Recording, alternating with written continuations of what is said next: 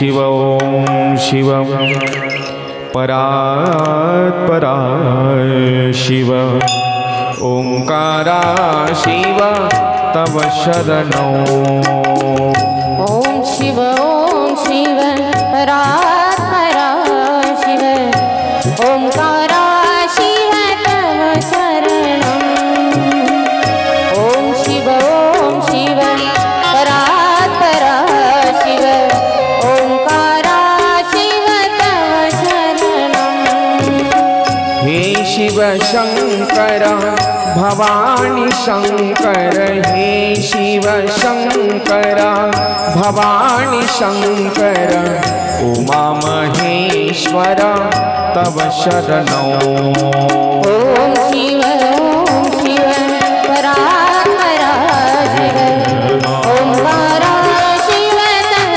शरणं ओम शिव परात्परा शिव ओंकारा शिव तव शरणं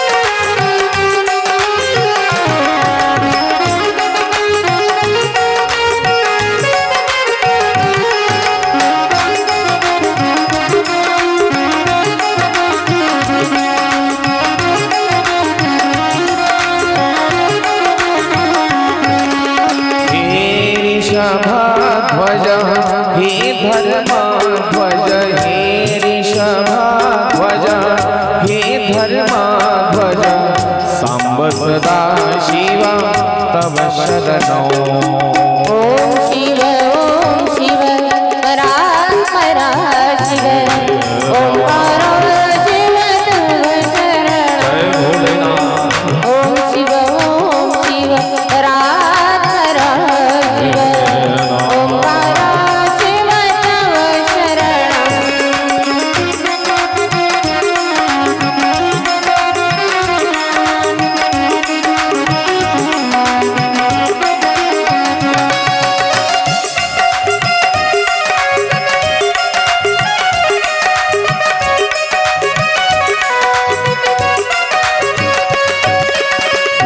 शशि शेखर शंभो शिव प्रिय हे शशि शेखर शंभो शिव प्रिय शिव गंगाधर तव शरणो ओम शिव परात्परा शिव ओंकारा शिव तव शरणं जय हो ओम शिव परात्परा शिव ओंकारा शिव तव शरणं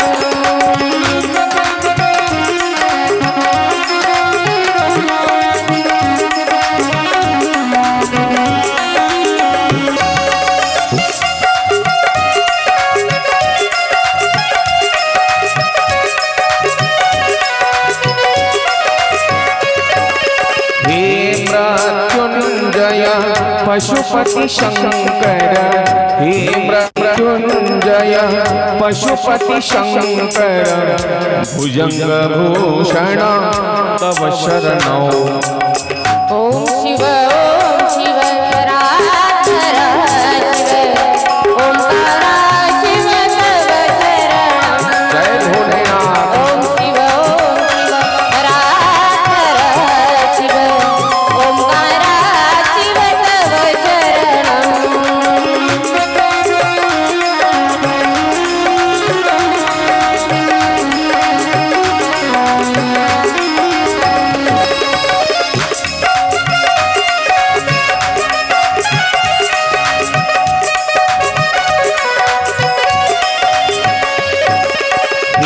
अविनाशी कैलाशवासी हे अविनाशी कैलाशवासी पार्वती पति तव शरणो ओम शिव परात्परा शिव ओंकारा शिव तव शरणं ओम शिव परात्परा शिव ओंकारा शिव तव शरणं शिव परात्परा शिव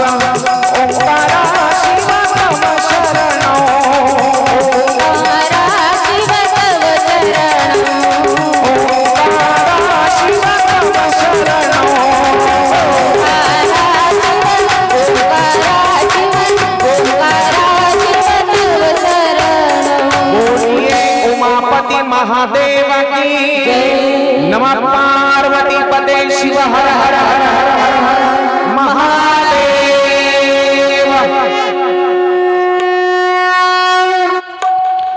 ओम शिव परात्परा शिव ओंकारा शिव तव शरणं।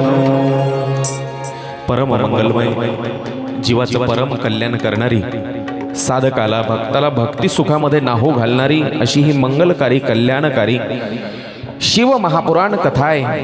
आणि या शिव महापुराण कथेचा आपली पुण्य पावन भूमी मौजे वागदरी येथील आजचा 3रा दिवस आहे। ज्ञान मंडपामध्ये खेळणाऱ्या ईश्वरीय चेतना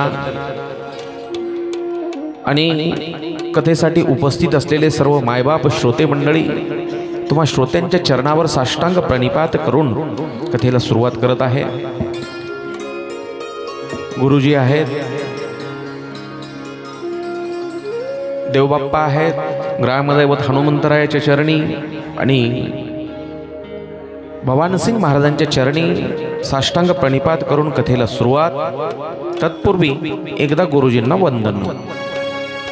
मेरी विनती यही है मेरे गुरुजी, मेरी विनती यही है मेरे गुरुजी, कृपा बरसाए रखना मेरे गुरुजी, कृपा बरसाए रखना। ओ मेरे गुरुजी कृपा बरसाए रखना, मेरे गुरुजी कृपा बरसाए रखना, कृपा बरसाए रखना, मेरे गुरुजी कृपा बरसाए रखना। मेरी विनती यही है मेरे गुरुजी, मेरी विनती यही है मेरे गुरुजी, कृपा बरसाए रखना मेरे गुरुजी, कृपा बरसाए रखना मेरे गुरुजी, कृपा बरसाए रखना। मेरे गुरुजी कृपा बरसाए रखना, मेरे गुरुजी कृपा बरसाए रखना। ओ मेरे गुरुजी मुझे तेरा ही सहारा मेरे गुरुजी, मुझे तेरा ही सहारा मेरे गुरुजी, कृपा बरसाए रखना है, कृपा बरसाए रखना मेरे गुरुजी, कृपा बरसाए रखना मेरे गुरुजी, कृपा बरसाए रखना। मेरी विनती यही है मेरे गुरुजी, मेरी विनती यही है मेरे गुरुजी, कृपा बरसाए रखना, कृपा बरसाए रखना मेरे गुरुजी, कृपा बरसाए रखना। कृपा बरसाए रखना। कालपर्यंत भगवंताचं चरित्र, शंकराचं चरित्र आपण श्रवण केलंय। महादेवाचं लग्न लागलं आणि आपल्याकडे आता लग्न म्हणजे दुपारचे सकाळचे दुपारची लावायची पद्धत आहे। गुरुजी तिकडं आमच्या हिंगोलीच्या पलीकडं विदर्भाचा भाग आजही संध्याकाळचे लग्न असतात आणि पूर्वी आपल्याकडे पण होते, मराठवाड्यात पण होते। हां, गोरज मुहूर्तावर संध्याकाळचे लग्न आजही तिकडं आहेत, आपल्याकडची कमी झाली पद्धत। मग संध्याकाळचं लग्न असल्यावर मग जेवायचं कधी? दुपारपासूनच चालू होतं जेवायला, दुपारपासूनच। वराडी मंडळी 1 वाजता 2 वाजता पोहोचली की लगेच आल्या जेवायला। महादेवाच्या पण लग्नात तसंच, वराडी मंडळी आल्याबरोबर दुपारीच जेवायला बाबा त्यांना। कशामुळं असेल बरं? कारण काय? महादेवाच्या लग्नामध्ये वराडी मंडळी कोण होते? भूतच होते। आणि त्या भूतांना जर समजा दुपारी गेल्या गेल्या खायला दिलं नसतं त्या हिमाचल राजाने, त्यांनी माणसं थांबली असते अख्खी कच्चेच दुपारी जेवायला। आता पण पाहा ना तुम्ही, काल आपण ज्या साधेपणाने इथे एक विवाह सोहळा आपल्या तुमच्या आशीर्वादाने इथं पार पडला, पण काही काही विवाह सोहळे असे असतात डीजेच्या आवाजामुळं कानं बहिरे व्हायची वेळ यायली आणि त्याच्यात ते नाचणारे जे असतात महादेवाच्याही लग्नात नाचायला कोण होते? काल आपण पाहिलं, भूते वेताळ नाचती, भूते वेताळ नाचती, भूते वेताळ नाचते, भूते वेताळ नाचती, भूते वेताळ नाचती, हर्षयुक्त उमापती, भूते वेताळ नाचती, हर्षयुक्त उमापती, भूते वेताळ नाचती, हर्षयुक्त उमापती, भूते वेताळ नाचती, हर्षयुक्त उमापती, भूते वेताळ नाचती, भूते वेताळ नाचती, भूते वेताळ नाचती, भूते वेताळ नाचती. तेव्हा पण नाचायला भूतच होते आणि आताही नाचतात ते भूतच असतात. आता उन्हाळ्याचे दिवस आहेत, महाभूत, उन्हाळी भूत. ऐका, नाचून नाचून घाम सगळा अंगाला त्याच्या, आणि तरी बी काय म्हणतात, लय मजा आली. पैसे बँडवाल्याला, घाम यांना, तरी पण म्हणतात लय मजा आली. ऐका, चला, भगवान शंकराचा विवाह सोहळा थाटामाटामध्ये पार पडला. काही दिवस वराडी मंडळी तिथंच राहिले. आजच्या सारखी गडबड नव्हती लोकांना. आज लग्न लागलं की आपले आपले कामं बघतो आपण, निघून जातो. पण तिथं सगळे देवी देवता होते, संसाराचा कारभार, सगळ्या जगताचा कारभार चालवायचा त्यांना. तरी पण काही दिवस वराडी मंडळी पाहुणचार घेण्यासाठी तिथंच थांबलेत. तिथं म्हणजे कुठं? हिमाचल नगरामध्ये, हिमाचल राजाच्या घरी पाहुणचारासाठी सगळे थांबलेले आहेत. एके दिवशी हिमाचल नगरातली एक स्त्री आली आणि तिनं पार्वतीला उपदेश केला. पार्वतीला, जगाची आई आहे पार्वती, पण तिला सुद्धा उपदेशाची, मार्गदर्शनाची गरज आहे. असं कधीच वाटू द्यायचं नाही मी खूप शिकले, मला कोणाच्या सल्ल्याची गरज नाही. ऐका, एक ब्राह्मण स्त्री आली आणि पार्वतीला पतिव्रता धर्माचा त्या ब्राह्मण स्त्रीनं उपदेश केला. ऐका, हा उपदेश फक्त एकट्या पार्वतीसाठी नव्हता, संपूर्ण स्त्री जातीसाठी तो उपदेश होता. काय म्हणते ती ब्राह्मण स्त्री पार्वतीला? ऐका, फार गोड कथा आहे. जगामध्ये फक्त पतिव्रता स्त्रियांचीच पूजा होते बेटा. पार्वतीला उपदेश करते ती स्त्री. जगामध्ये फक्त पतिव्रता स्त्रियांचीच पूजा होते. जी स्त्री आपल्या पतीची देवाप्रमाणे सेवा करते, काय म्हणतोय मी, जी स्त्री आपल्या पतीची देवाप्रमाणे पूजा करते, ती स्त्री आपल्या पतीसोबत कैलासाला जाते. पतीसोबत कैलासाला जाते. शास्त्रकार वर्णन करतात, धन्या पतिव्रता नारी नान्या पूज्या विशेषतः पावनी सर्व लोकानाम सर्व पापोघडाशिनी. सावित्री, लोपामुद्रा, अरुंधती, शांडिल्या, शतरूपा, अनुसूया, लक्ष्मी, अशा एक नाही अनेक अनेक पतिव्रता स्त्रिया आपल्या या भारतवर्षामध्ये, भारतभूमीमध्ये होऊन गेल्या. पतिव्रता स्त्री, किती असतो पतिव्रता स्त्रीचा अधिकार? तुका म्हणे पतिव्रता तिची नवऱ्यावरही सत्ता, बरोबर, देवावरही सत्ता. देवाला सुद्धा अवतार धारण करावा लागतो या पतिव्रता स्त्रियेच्या. त्या पतिव्रत्याला पाहून अशी पतिव्रता स्त्रियांची महती आहे. कोणाला म्हणायचं पतिव्रता स्त्री म्हणून? त्याचं माऊलीने उत्तर दिलं. पतिव्रतेची महती महाराज तुम्ही खूप सांगता. पतिव्रता कोणाला म्हणायचं? पतीचिया मता अनुसरोनी पतिव्रता. जी स्त्री आपल्या पतीच्या मताला अनुसरून चालते तिला पतिव्रता म्हटलंय. सोपे सोपे नियम आहेत, फार काही अवघड नाही. काट्यावर चालणे एवढं काही अवघड नाही ते पतिव्रता स्त्री असणं म्हणजे. ऐका, कोणाला म्हणायचं पतिव्रता स्त्री? काय आहे या पतिव्रता स्त्रीचा महिमा? ऐका, फार अगाध महिमा आहे पतिव्रत्याचा. एकदा नारदजी पृथ्वीवर फिरत होते. नारदजी, आणि त्यांना खूप भूक लागली, खूप भूक लागली. आणि भुकेनं व्याकुळ झालेले नारदजी अत्री ऋषीच्या आश्रमामध्ये गेले. अत्री ऋषीच्या आश्रमात आले आणि त्यांनी हाक मारली, भिक्षाम देहि माते, काहीतरी भिक्षा वाढा, भूक लागलेली आहे मला. नारदजीला पाहिलं आणि अत्री ऋषींची पत्नी जी आहे, काय नाव तिचं? माता अनसूया. किंवा अनसूया म्हणायचं तिला. काय म्हणायचं? अनसूया. जिच्या मनामध्ये असूया नाही, असूया म्हणजे द्वेष भावना नाही, जिची असूया निघून गेली तिला अनसूया म्हणायचं. ऐका, अनुसूया. ती अनुसूया आली आणि सांगितलं नारदजीला, नारदजी तुम्हाला भूक लागली? हो आई मला खायला दे काहीतरी, खूप भूक लागली. त्यावेळेला अनुसूया म्हणते, नारदजी बसा, तुम्हाला एक फळ देते, फळ.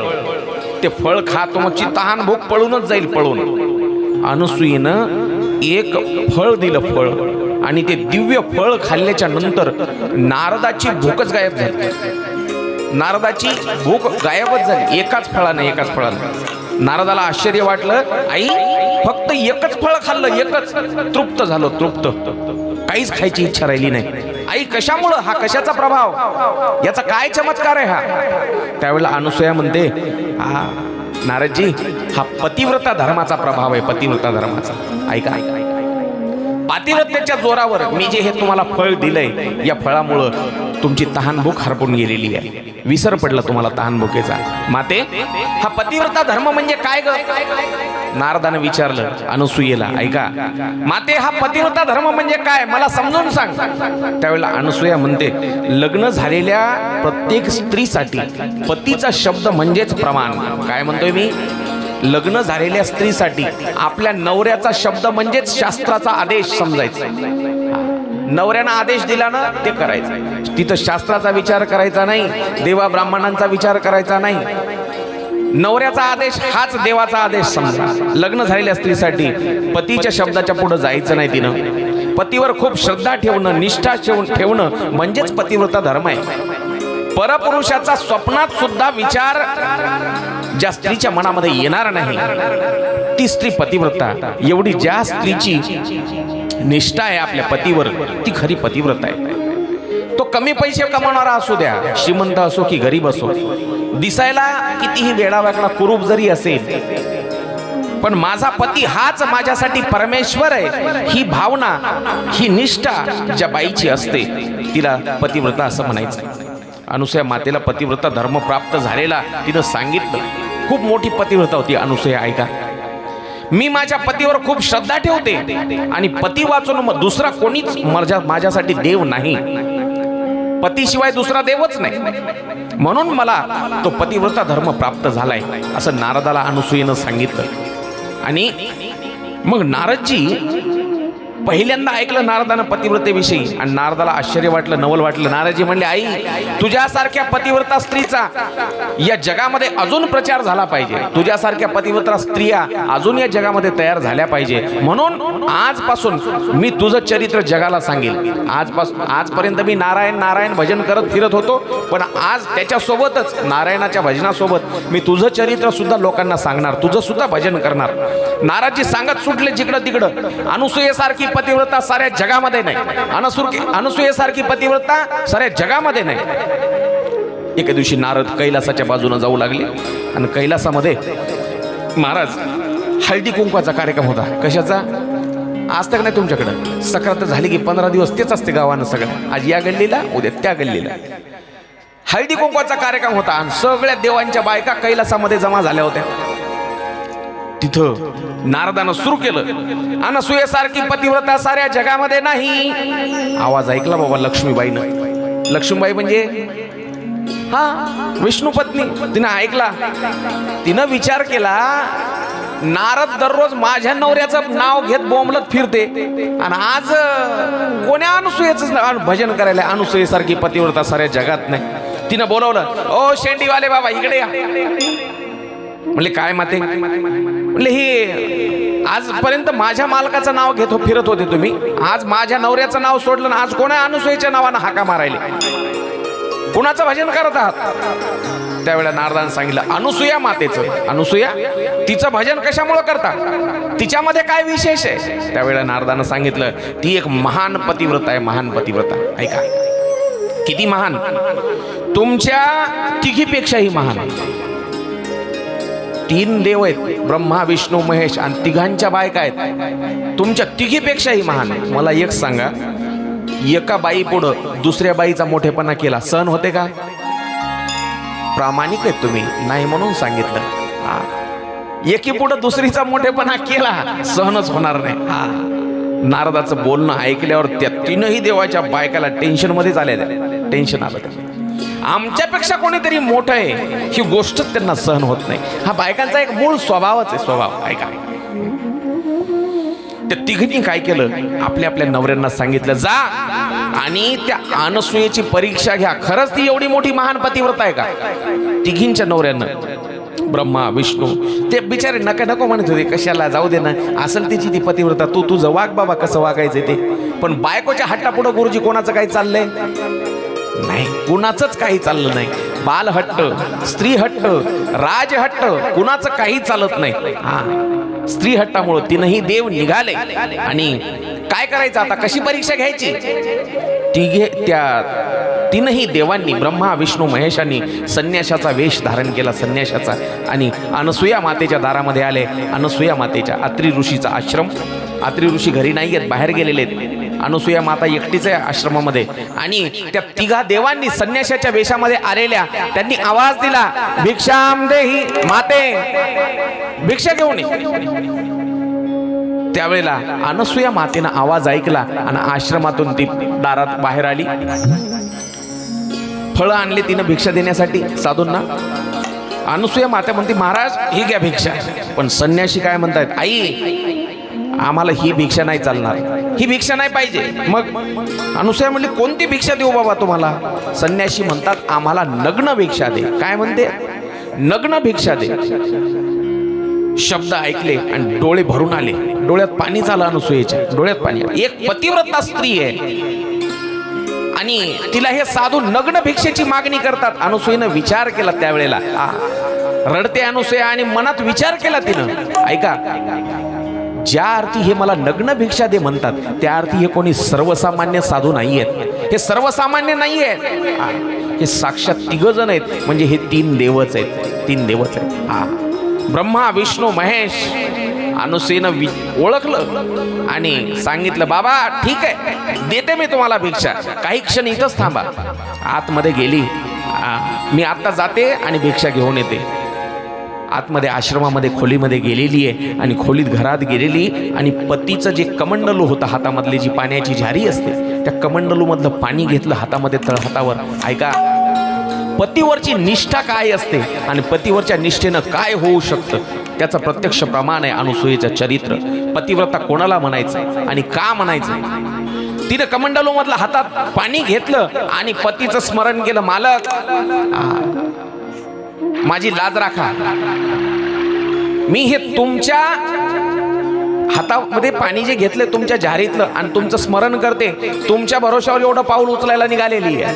हातामध्ये पाणी घेतलं आणि पतीचं ध्यान केलं आणि पतीला मनोमन विनंती केली, हे पतिदेव माझी लाज राखा. तिनंही देवाच्या समोर आली.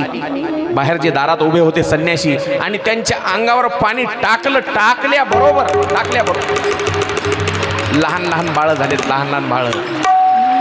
देवांना सुद्धा बाळ बनवण्याची ताकद त्या पतिव्रतेमध्ये. ऐका, लहान लहान बाळ केले, छोटे छोटे बाळ झाले, उचललं त्यांना आणि पाळण्यात टाकलं.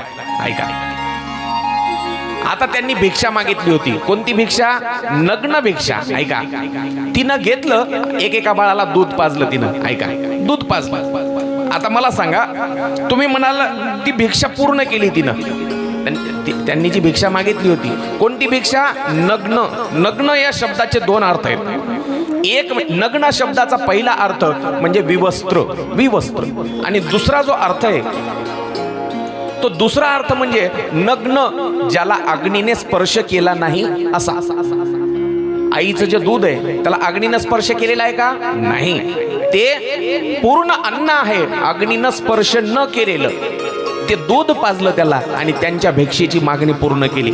ऐका, आईचं दूध पाजून अनसूयेनं ती मागणी त्यांची पूर्ण केली. आता बरेच दिवस झाले देव तिथंच आहेत, लहान पाळण्यामध्ये खेळतायत तिच्या अनसूयेच्या. देवाच्या बायका तिकडं स्वर्गामध्ये, कैलासात, वैकुंठात, सत्यलोकात तिघही वाट पाहत बसल्या. तिघी या बसा, तिघी जणी वाट पाहत आहेत. एकमेकीला फोन चालू त्यांचे, हॅलो तुमचे आले काय? कोण? लक्ष्मीबाई फोन करतायत सत्यलोकात, हॅलो तुमचे आले काय? म्हणले नाही बाई, तिकडच बसलेत, लय दिवस झालं.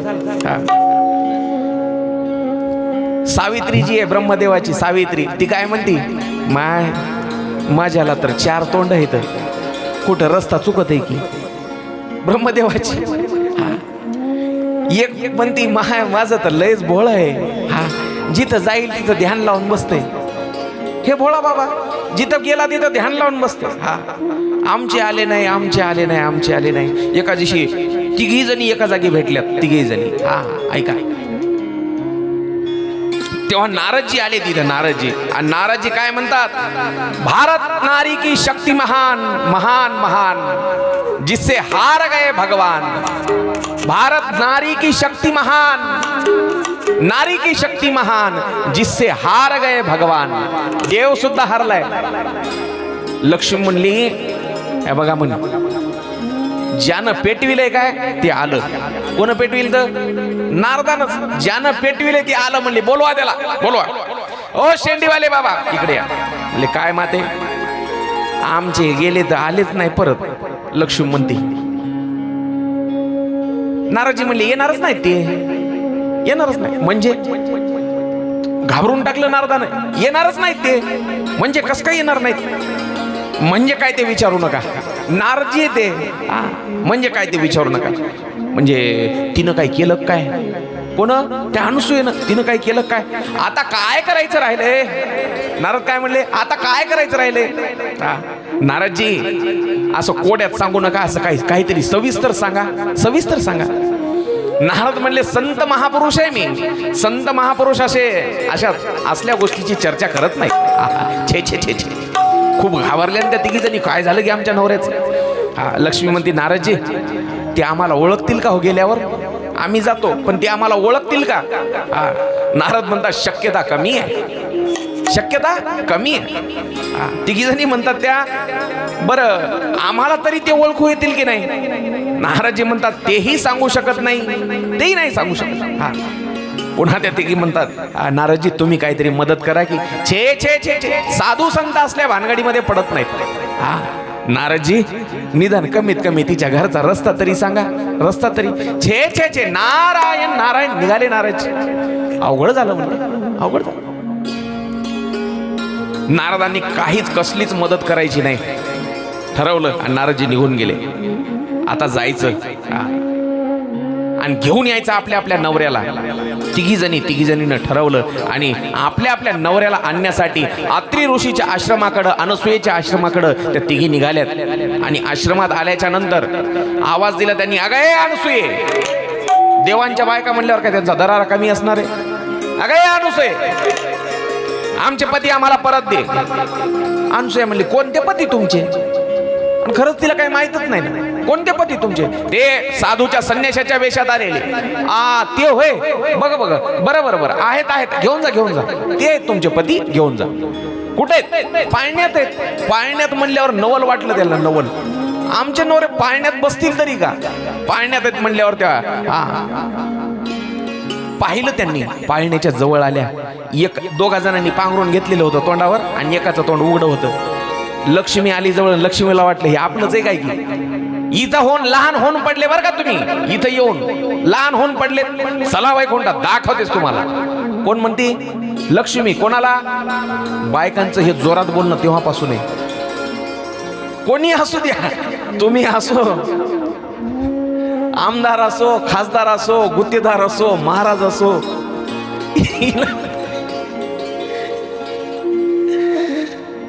चला वैकुंठात दाखवते तुम्हाला. इथं येऊन आरामात बसले, झोपले तुम्ही पाळण्यामध्ये. पण त्याच वेळेला हिचं बोलणं ऐकलं आणि त्याच्या बाजूला एक जे झोपलेलं होतं त्यानं असा हात केला आणि पांघरून बाजूला काढलं आणि नवलच वाटलं तिला. त्याच्यासारखं सेम टू सेम दुसरं एक. यानं हालचाल केली की त्याच्या बाजूला अजून एक पडलेलं होतं, झोपलेलं होतं, ते उठलं. 3 पाहिले 3कडं. अगं हे सारखे दिसायले, ओळखायचं कसं. लक्ष्मी म्हणती हे माझच आहे. पार्वती म्हणती नाही ग, ते माझंही वाटायले. सावित्री म्हणते नाही. हे गोंधळ झाला, गोंधळ. पण एक आली जवळ. लक्ष्मीनं गडबड केली, उचलणार. पण सावित्री म्हणते हे बघ, तुझं समजून माझ्यालाच उचलून घेशील, अवघड व्हायचं वांद. हा, अनसूया लांब उभं राहिले आणि हसते 3कडं पाहून फजिती. हा, ज्याचा त्यानंच उचला. शरण आल्या शरण. कोणता देव आहे कोणता ओळखता येईना. विष्णू समजून महादेव उचलला तर, महादेव समजून ब्रह्मदेव उचलला तर, किंवा ब्रह्मदेव समजून दुसराच कोणी हातात आला तर, तिघी जणी अनसूयेला शरण आल्या, हात जोडले आणि हात जोडून विनंती केली, देवी खरंच धन्य आहेस तू, धन्य आहेस. आम्ही त्याच्यासोबत संसार केलाय तरी पण आम्हाला अजून ओळखता येईना कोणता कोण आहे ते. देवी धन्य आहेस तू, तू आणि तुझं पातिव्रत्य धन्य आहे. आता आम्हाला आमच्या नवऱ्याची ओळख तू करून दे. देवाच्या बायकोनं विचारावं एका सामान्य स्त्रीला. ही आहे पातिव्रत्य धर्माची ताकद. अनुसूयेनं ओळखून सांगितलं, हा हे बघ, ज्याचा कंठ निळा आहे तो महादेव आहे. उचलतो, उचलला. ज्याच्या छातीवर खून आहे, भृगु ऋषीनं लाथ मारलेली, श्रीवत्सलांचन हृदयी विलासन, तो विष्णू आहे. आणि राहिलेला तुझा 4 डोक्याचा ब्रह्मदेव आहे. दिले हातामध्ये, या आता जय हरी, जा आता तुमचं तुम्ही. सगळ्या रडायला लागल्या. देवी हे लहान बाळ नेऊन आम्ही करणार काय यांना तिथं का? आता आम्ही काय यांना बाटलीनं दूध पाजायचं का? हे लहान नेऊन काय करणार? यांना परत मोठं करून दे, मोठं. अनुसूयेच्या पातिव्रत्या पुढे त्या तिघेही शरण आलेल्या, त्या तिन्ही देव्या पाहिल्या. आणि मग अनुसूयेनं पुन्हा एकदा कमंडलू मधलं पाणी घेतलं हातामध्ये आणि अभिमंत्रित केलेलं पाणी जेव्हा त्यांच्या अंगावर टाकलं, तीनही देव मोठे, तीनही देव, ऐका, तीनही देव पुन्हा मोठे झाले. त्यावेळेला ते तिघही देव काय म्हणतात, आई दूध पाजलंस तू आम्हाला, आई आहेस तू आमची. आता तुझ्या पतिनिष्ठेमुळं, तुझ्या पातिव्रत्यामुळं आम्ही खुश झालो आणि धन्य देखील झालो. तुझ्या घरी राहायला मिळालं आम्हाला. काय पाहिजे ते माग, काय पाहिजे ते, काय पाहिजे ते माग. त्यावेळेला अनुसूया म्हणते, आता जो हा पाळणा आहे का नाही, हा रिकामा राहू नये. काय म्हणते? हा पाळणा रिकामा राहू नये. आजपर्यंत तुम्ही तिघे होते, पण आज तुम्ही निघालात, हा पाळणा रिकामा झाला माझ्या घरातला. हा पाळणा रिकामा नाही राहिला पाहिजे. तुम्ही तिघही अंश रूपानं माझ्या घरामध्ये, या पाळण्यामध्ये राहा. त्यावेळेला अनुसूयेच्या पातिव्रत्यामुळं तीनही देव दत्त रूपानं त्या अनुसूयेच्या घरी दत्त रूपानं राहिले. बोली अनुसूया माता की जय. अत्रि महाराजा की जय. नमः पार्वती पते शिव हर हर हर हर महादेव. 3 शिरे 6 हात तया माझा दंडवत. दत्तप्रभू अनुसूयेच्या घरी राहिले आणि माता अनुसूयेच्या पातिव्रत्याची ख्याती जगभर पसरली, जगभर. ऐका, म्हणूनच सारं जग म्हणतं अनुसूया माता की जय. कशामुळं तिचा जय जयकार? फक्त आणि फक्त तिच्या पातिव्रत्यामुळं. म्हणूनच म्हटलं मी, जगामध्ये फक्त पूजा पतिव्रता स्त्रियांची होते. लाखोंच्या संख्येनं आजपर्यंत स्त्रिया जन्मल्या आणि गेल्या, पण इतिहास नोंद कोणाची घेतो लक्षात घ्या. सीता, तारा, मंदोदरी या मुख्य पतिव्रता आहेत. द्रौपदी, अहिल्या अशा अनेक पतिव्रता भारतामध्ये होऊन गेल्या. भगवंताला सुद्धा दत्त रूपानं तिथं राहावं लागलं. ब्रह्मा विष्णू आणि महेश्वर सामोरी बसले, मला हे दत्त गुरु दिसले, मला हे दत्त गुरु दिसले, मला हे दत्त गुरु दिसले, मला हे दत्त गुरु दिसले, मला हे दत्त गुरु दिसले, मला हे दत्त गुरु दिसले. ब्रह्मा विष्णू आणि महेश्वर. महिला मंडळी, पुरुष मंडळी, आपण भगवंताच्या दरबारामध्ये आणि कथा ऐकायला बसलोय. टाळी वाजवावीच लागेल माय बाप. 1 मिनिट ऐका ऐका. इको कमी करा दादा जरासा. मला एक सांगा, लंका जळाली, बरोबर आहे? कोणाची होती लंका? रावणाची. कोण जाळली? हनुमंतानं जाळली, शेपटीनं, बरोबर आहे? शेपटीला गुंडाळलेल्या चिंध्या कोणाच्या होत्या? रावणाच्याच लोकांच्या होत्या ना. त्याच्यावर टाकलेलं तेल, लावलेली माचीसची काडी, रावणाचीच. जळलेली लंका. हनुमंताच्या बाचं काय गेलं? तसा सप्ता कोणाचा? वाघदरीवाल्याचा. भजन कोणी करायचं? नाही केलं तर महाराजाच्या काही बाचं. तसंही आहे. आता दररोज मी म्हणणार नाही टाळी वाजवा म्हणून, कंपल्सरी भजन सुरू झालं आपले हात एकत्र आले पाहिजे. हात मुळात याच्यासाठी दिलेत की देवानं टाळी वाजवली पाहिजे. है हाथ जो शाम का, काय पूजन किया करे, भजन किया करे, हात त्यालाच म्हणायचं. नाही तर नुसतं खाण्यापुरता उपयोग तर जनावर सुद्धा करतात. याचा एक लक्षात घ्या, भजन झालंच पाहिजे आणि संकीर्तन झाल्याशिवाय तुमच्या कथेला ऐकलेला महत्व नाही. भगवंताचं भजन चला ऐका. ब्रह्मा विष्णू आणि महेश्वर सामोरी बसले, मला हे दत्त गुरु दिसले, मला हे दत्त गुरु दिसले, मला हे दत्त गुरु दिसले, मला हे दत्त गुरु दिसले.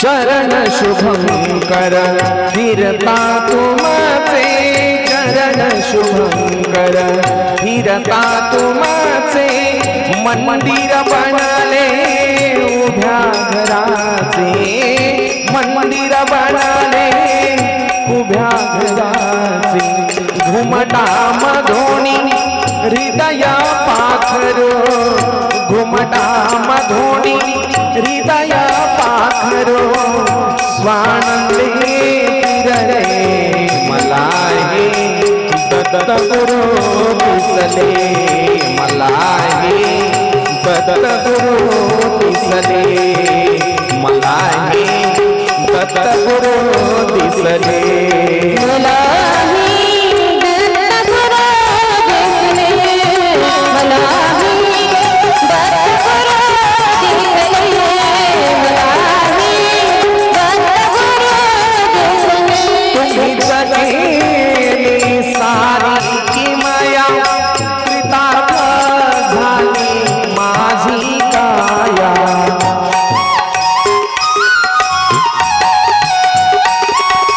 तुम्ही जगेली सारी किमया, कृतार्थ झाली माझी काया, तुमच्या हाती माझ्या भवती, तुमच्या हाती माझ्या भवती, औदुंबरा बसले, मला हे दत्त गुरु दिसले, मला हे दत्त गुरु दिसले, मला हे दत्त गुरु दिसले, मला हे दत्त गुरु दिसले, मला हे दत्त गुरु दिसले, मला हे दत्त गुरु दिसले. ब्रह्मा विष्णू आणि महेश्वर, ब्रह्मा विष्णू आणि महेश्वर सामोरी बसले, मला हे दत्त गुरु दिसले, मला हे दत्त गुरु दिसले, मला हे दत्त गुरु दिसले. दत्त गुरु दिसले. अवधूत चिंतन श्री गुरुदेव दत्त. ऐका, असं पतिव्रतेचं महात्म्य आहे. पतिव्रता पतिव्रता. मग काही जणांना शंका येते, महाराज पतिव्रता पतिव्रता म्हणता तुम्ही, कसं वागलं पाहिजे स्त्रीनं, कसं वागलं पाहिजे? ऐका, त्या पतिव्रते स्त्रीचे काही नियम पार्वतीला सांगते. पार्वतीला कोण सांगते? ती नगरातलीच, हिमाचल नगरातली एक स्त्री. कसं वागायचं, कसं पतिव्रता धर्माचं पालन करायचं, एक नियम सांगितला पतिव्रता स्त्रीसाठी. भूक लागली की कधी हादळायला नाही बसायचं. पतीच्या जेवणानंतरच पत्नीनं जेवलं, नाही तर काही काही जणांना स्वयंपाक करता करताच, स्वयंपाक करतानाच खातात बायका, किचन वट्ट्यावर बसून, किचन वट्ट्यावर बसून. ऐका, पती जेवल्याशिवाय, मालक जेवल्याशिवाय जेवायचं नाही. ऐका,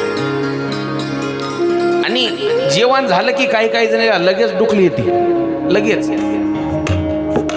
पण पतिव्रता स्त्री नवरा झोपल्याच्या नंतरच झोपते. ऐका, नवऱ्याच्या आधीच घोरतात काही काही बायका तर. हा, एक नवरा आला माझ्याकडे, कथा संपल्यावर, महाराज तुम्हाला उपाय काय माहिती आहे का? म्हणलं काय झालं? बायको लईच घोरती म्हणला, रात्रभर झोप येईन, सायलेन्सर वाजायचं. म्हणलं तू अगोदर झोपच आहे ना पांघरून. म्हणलं माझ्या आधी तीच झोपती, काय करावं आता? मालक झोपल्याशिवाय झोपायचं नाही. पतिव्रता स्त्रीसाठी नियम, नवऱ्याच्या नंतरच झोपायचं. आणि उठायचं कधी? मग उठायचं कधी? उठायचं नवऱ्याच्या आधी. हा, नवऱ्याच्या आधी उठायचं. नाही तर काय काय जर आता आपण खेड्यामध्ये चांगली गोष्ट आहे, आनंद आहे. पुण्या मुंबई सारख्या ठिकाणी काय झालंय, दोघंही नवरा बायको काम करणारे झालेत, नोकरीला आहेत सगळे दोघही जण. नवरा आहे नोकरीला, बायको आहे नोकरीला. मग ती लाडाला येते, मी थकले रे आज बंटी, माझ्यासाठी चहा बनव बरं. आतुरणातूनच सांगते. बंटी कोण? पोरगतीचं नवरा. माझ्यासाठी चहा बनव. मग ते जाणार किचन मध्ये, चहा बनविणार आणि तिच्या हातात कप आणून देणार. मग ती महाराणी तसाच चहा पिणार, ब्रश न करताच. त्याला बेड टी म्हणायचं. काय म्हणायचं? Bed tea. इंग्रजांची पद्धत आपल्याकडे आली. हा, बरोबर आहे गुरुजी, काही चूक तर नाही ना? हा, आणि मग चहा पिल्याच्या नंतर ती महाराणी उठणार, ब्रश करणार. मग म्हैस जशी तोंडातून फेसाचे गोळे टाकते तशी ती.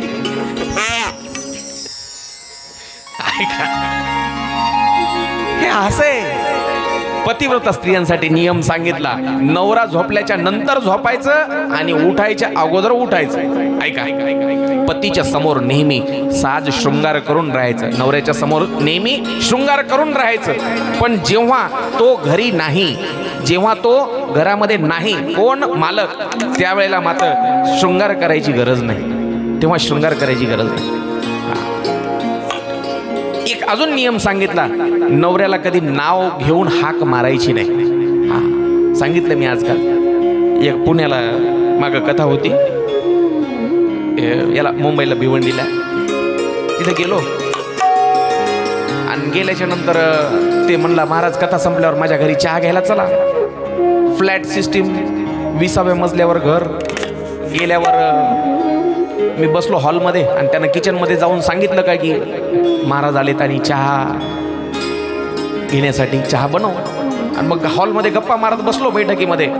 आणि मध्ये गेल्यावर तिनं चहा बनवला किचनमध्ये. आणि किचनमध्ये चहा बनवल्याच्या नंतर तिनं हाक मारली. कोणाला? कोणाला मारली असेल, मी फक्त ऐकू लागलो, अरे सागर, चहा झालेला घेऊन जा बरं. मला वाटलं सागर याचं पोरगा असं. माझ्या समोर बसलेलाच खुर्चीतला सागर उठला आणि चहा घेऊन आला. काय पत्ताच लागेना, नात्याचा फार गोंधळ होऊन गेला. नवऱ्याच्या आईला पहिल्या जी सून होती आत्याबाई म्हणायची, मामी म्हणायची, आता मम्मी म्हणायली. कोणाची मम्मी? तुझी की नवऱ्याची? फार गोंधळ होऊन गेलाय नात्याचा. ऐका, चला नंतर पुढे नियम सांगितला, पतीला कधीही कठोर शब्द बोलू नयेत. तिलाच पतिव्रता स्त्री म्हणायचं. पतिव्रता स्त्री कोणाला म्हणायचं? जी नवऱ्याला कधी टाकून बोलत नाही, टाकून बोलत नाही. ऐका, जेव्हा पतीनं हाक मारली, हाक मारल्याबरोबर हातात कितीही महत्वाचं काम असलं तरी सोडून देत जा. नवऱ्याशिवाय आपल्याला काय? त्यानं सोड म्हणलं ना, सोडायचं काय घेणं किती ना, आपल्याला सोडून द्यायचं. आणि त्यानं हाक मारली ना, आपण हजर व्हायचं.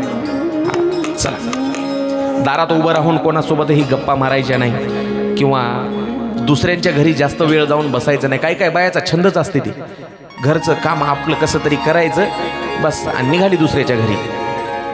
हे पतिव्रता स्त्रीचं लक्षण नाहीये. ऐका, पतीचं जे ताटामध्ये उरलेलं अन्न आहे, पतीच्या नवऱ्याच्या ताटामध्ये उरलेलं अन्न, ते प्रसाद समजून खायला हरकत नाही. भगवंताचा प्रसाद आहे असं समजून खा.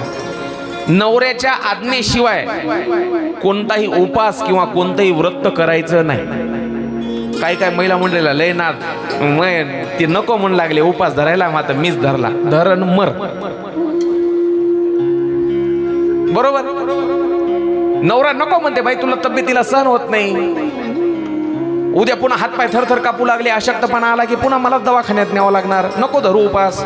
पण तिला लय नाद उपास धरायचा, धरते उपास, मग बिमार पडते. पण कोणतंही व्रत, कोणताही उपास पतीच्या आज्ञेशिवाय करायचा नाही. त्याची इच्छा नसेल नाहीतर नाही. अजून घरामधल्या काय होतं यानं? तुम्ही म्हणाल करतो आम्ही उपास, फळ मिळत नाही त्याचं. कोणताही उपास व्रत नवऱ्याची संमती नसेल तरी केलं बायकोनं, त्याचं फळ मिळत नाही. ऐका, घरातल्या वस्तू, आता ह्या वस्तूच राहिल्या नाही वापरामध्ये, उखळ मुसळ हे राहिलं नाही. झाडू असेल, उंबरठ्यावर बसायचं नाही. हळद, कुंकू, सिंदूर, काजळ, मंगळसूत्र, बांगड्या, ह्या अशा ज्या वस्तू आहेत त्या सगळ्या पतिव्रता स्त्रीनं वापरल्या पाहिजे. साज शृंगार करून राहिलं पाहिजे. पतीच्या सुखा आणि दुःखामध्ये सुद्धा साथ दिली पाहिजे. पतीच्या सुखामध्ये तर आहेच, पण दुःखामध्ये सुद्धा साथ असली पाहिजे. घरामधलं तूप, मीठ आणि तेल ह्या गोष्टी ज्या आहेत, कोणत्या कोणत्या? तूप, मीठ आणि तेल. नवऱ्याला असं कधीच म्हणायचं नाही की आपलं संपलंय म्हणून. फक्त त्याला एवढं सांगायचंय, येताना आपल्याला बाजारातून घेऊन या. संपलं हा शब्द तोंडामध्ये येऊ नये बायकोच्या. आलं का लक्षात? पतीची आज्ञा मोडून जी स्त्री उपास करते त्याच्यामुळं पतीचं आयुष्य कमी होतं आणि तिला नरक यातना भोगाव्या लागतात. ऐका, जी स्त्री पतीसोबत वाद घालते ती स्त्री गावामध्ये फिरणारी कुत्री बनते, असं स्पष्ट उल्लेख शिवपुराणामध्ये सांगितलेला आहे. स्पष्ट उल्लेख शिवपुराणामध्ये आहे. मग तुम्हाला काय वाटतं? मला एक सांगा महिला मंडळी, आता गावामध्ये हे जे कुत्रे किंवा जनावरं हे काही जन्मतात, हे काय कुठले आजूबाजूचे असतात की काय? नाही, आपल्याच कर्माचे फळ भोगण्यासाठी आपण येतो इथं. काय सांगा, पुढच्या जन्मामध्ये मी सुद्धा काही होऊ शकतो, कदाचित एखादा कुत्र होईल, पण चांगले कर्म केले असतील. प्रत्येकाला ह्या 84 लाख योनी भोगायच्यातच. काय म्हणतोय मी? प्रत्येकाला भोगायच्यात. पण जर कर्म चांगलं केलं तर मला पुढच्या जन्मात कदाचित महाराज चांगल्या एखाद्या बंगल्यामध्ये कारमध्ये फिरणारं बिस्किट खाणारं कुत्र होऊ शकतो मी. आणि जर माझ्या हातून पाप झालं तर खरू झालेलं गावात नालीमध्ये लोळणारं कुत्र होऊ शकतो मी. बरोबर आहे का नाही? मग चांगले कर्म करायचे. पुढची योनी कदाचित माझी एखादी वृक्षाची असेल, झाडाची असेल, बोरीचं झाडच होईल मी, बोराटीचं. पण चांगलं कर्म जर असेल माझं या जन्मातलं, तर कदाचित मग चांगले बोरं, जे संकरित बोरं कुठंतरी बांधावर, मग खत पाणी मिळेल मला, मी तुम्हाला चांगले फळं देईल मी तुम्हाला खायला. आणि जर माझे आत्ताच कर्म वाईट असतील तर कुठंतरी रस्त्याच्या कडेला उगवल एखाद्या बोराटी, लोक कुऱ्हाडीनं दररोज तोडतील मला, आणि कोणाचं तरी येता जाता धोतर फाडणार मी. बरोबर का नाही? ज्याच्या त्याच्या कर्माचे फळ येते. म्हणून सांगतो, आता नीट राहा, नाही तर पुढच्या जन्मामध्ये कुत्री व्हायला तयार व्हा. ऐका, कशामुळं?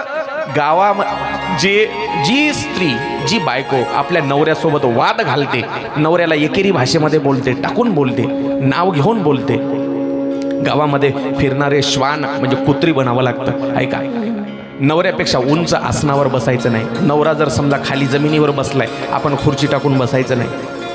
जाणून बुजून नाही करायचं. कधी सहज झालंय हे तर होऊ द्या, पण जाणून बुजून त्याला खाली बसवायचं आणि आपण वर पलंगावर बसून त्याला असं बोलायचं, हे योग्य नाही. ऐका, नवऱ्याला न देता चोरून मिष्ठान्न खायचं नाही, गोडधोड करून खायचं नाही. ऐका काय म्हणतोय मी, जी स्त्री नवऱ्याला चोरून खाते, नवऱ्याला चोरून खाते, त्याला डुक्कर योनीमध्ये जावं लागतं तिला. ऐका, नवऱ्याला एकेरी भाषे, हे शिवपुराण सांगतं. माझ्या मनाचा एकही अक्षर मी आजपर्यंत सांगत नाही, मी कधीच सांगत नाही. 3 वर्षापासून तुमच्या गावामध्ये मी कथा सांगतोय, जे ग्रंथामध्ये आहे तेच, एकही शब्द याचा माझा नाहीये, सगळं शिवपुराण सांगते. जर मी असं काही सांगितलं तर त्याचं पातक माझ्या डोक्यावर बसत. आलं का लक्षात? हा, जी स्त्री आपल्या नवऱ्याला एकेरी भाषेमध्ये अरे तुरे करते, एकेरी भाषेत बोलते नवऱ्याला, ती स्त्री पुढं मुकी बनते. ऐका, मुकी बनते. पतिव्रता स्त्री धन्य असते. पतिव्रता स्त्रीचे आई वडीलही धन्य, तिचा मातृवंश धन्य, पितृवंश धन्य, आणि पतीच्या वंशातल्या सुद्धा पितरांना स्वर्गामध्ये सुखाची प्राप्ती होते पतिव्रता स्त्रीला. ज्याप्रमाणे गंगेमध्ये स्नान केल्यानं शरीराची शुद्धी होते. ऐका, ज्याप्रमाणे गंगेमध्ये स्नान केलं तर शरीराची शुद्धी होते, त्याचप्रमाणे पतिव्रता स्त्रीच्या दर्शनानं सगळ्या पापांचा नाश होतो. असं पतिव्रता स्त्रीचं महात्म्य आहे. पण जी स्त्री वाईट वागते, जी स्त्री व्यभिचारी आहे, त्या स्त्रीसाठी काय सांगतं शिवपुराण? ऐका, त्या स्त्रीला पुढं वटवाघूळ योनीमध्ये जावं लागतं. वटवाघूळ माहिती आहे सगळ्यांना? झाडाला उलट लटकावं लागतं. ज्या स्त्रीला स्वप्नामध्ये सुद्धा आपला पतीच दिसतो, काय म्हणतोय मी, ज्या स्त्रीला आपल्या स्वप्नामध्ये सुद्धा आपला पतीच, परपुरुषाचा स्वप्नामध्ये सुद्धा विचार येत नाही, ती सर्वश्रेष्ठ पतिव्रता समजावी. सर्वश्रेष्ठ पतिव्रता. मेलेल्या माणसाला सुद्धा जिवंत करण्याची ताकद अशा पतिव्रता स्त्रियांमध्ये आहे. तिलाच पतिव्रता स्त्री म्हटलंय. पतिव्रता एका स्त्रीचं आपण चरित्र पाहिलं. पतिव्रता स्त्री अनुसूया, देवाला सुद्धा तिच्या घरी बाळ होऊन जन्म घ्यावा लागला. दत्तात्रेय प्रभू तोच अवतार. चला, असं पतिव्रता स्त्रीचं महात्म्य कोणाला सांगितलं हे?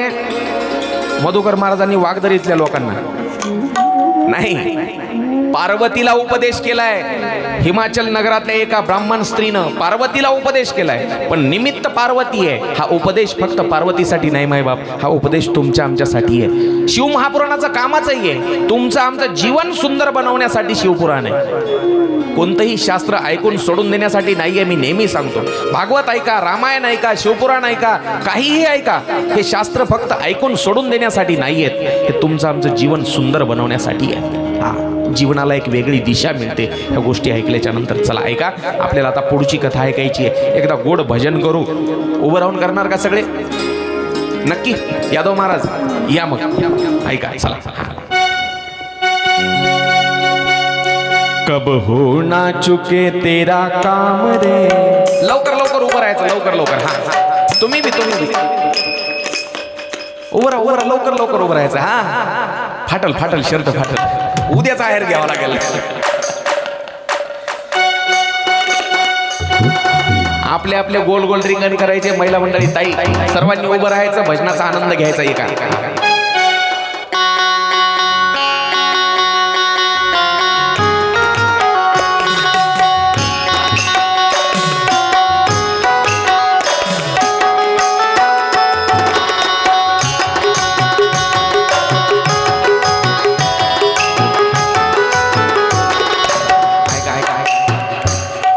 पाठीमागची पुरुष मंडळी आपल्याच मंडपात बसलेत ना का? ते तिकडं गाव दुसरं नाही ना. या पुढे या पुरुष मंडळी, या पुढे या. सगळेजण एकदा भगवंताच्या भजनामध्ये तल्लीन होऊन जाऊ. या. कब हो ना चुके तेरा काम रे, कब हो ना चुके तेरा काम रे, भजले गौरापति को.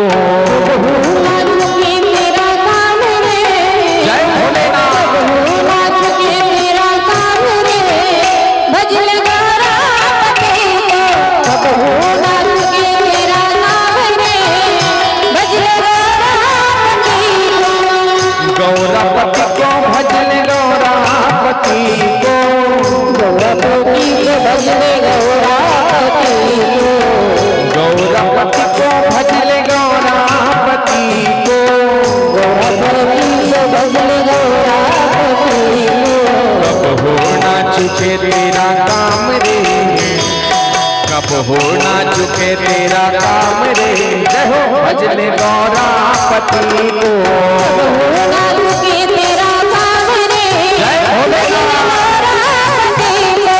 कब हो ना चुके तेरा नाम रे, भजले गौरापति को.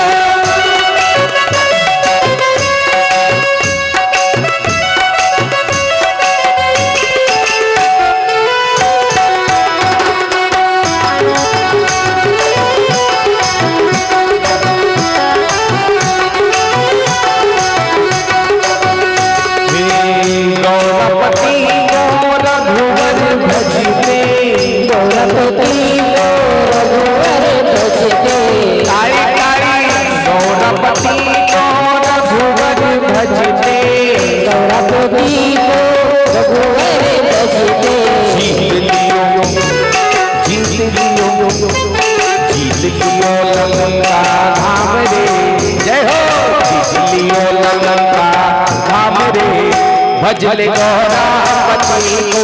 कब हो ना चुके तेरा नाम रे, गौरापति को. ना चुके तेरा नाम रे, भजले गौरापति को.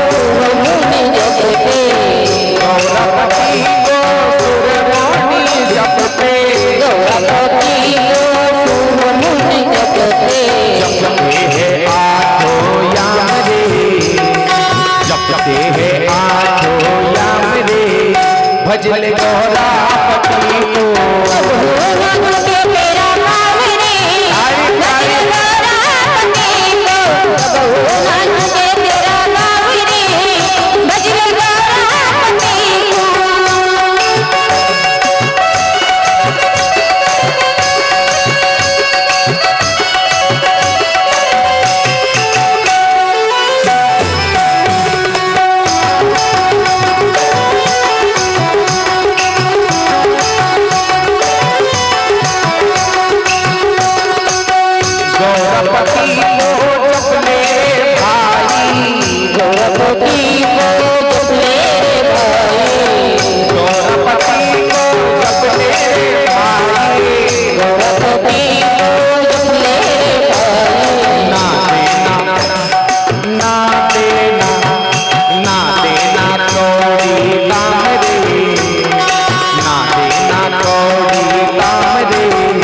भजल गोरा पति को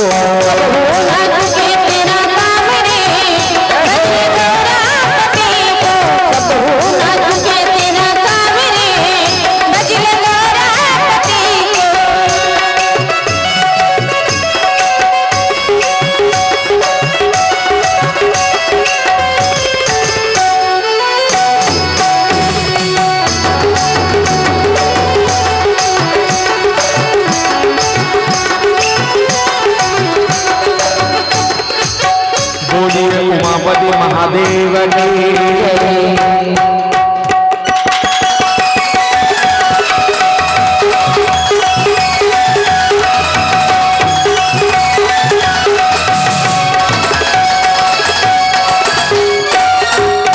बोलिए उमापति महादेव की नमः पार्वती पते शिव हर हर हर हर हर महादेव। पार्वती उपदेश केलाय तिला एका स्त्रीनं पतिव्रता धर्माचा कसं वागायचं ते आपण पाहिलं. आता बरेच दिवस झाले तिथंच वराडी मंडळी राहिलेत हिमाचल प्रदेशमध्येच तिथंच आहेत सगळे. इंद्र चंद्र वरुण भगवान विष्णू परमात्मा ब्रह्मदेव आणि आता एके दिवशी हिमाचल राजाला सांगितलं आता किती दिवस आम्ही इथं राहू, सृष्टीचा कारभार बघायचा आहे आम्हाला, जाऊ दे आमच्या घरी. बरोबर आहे, काम संपल्यावर जास्त दिवस राहू नये माणसाने. काम संपलं की निघून गेलं पाहिजे. लेकरांना बसवा खाली. कोणाचे आहेत कोणाचे आहेत ए बाळा बस रे खाली. कथा फार गोड आहे. आता फक्त मध्ये लेकरं उठू देऊ नका.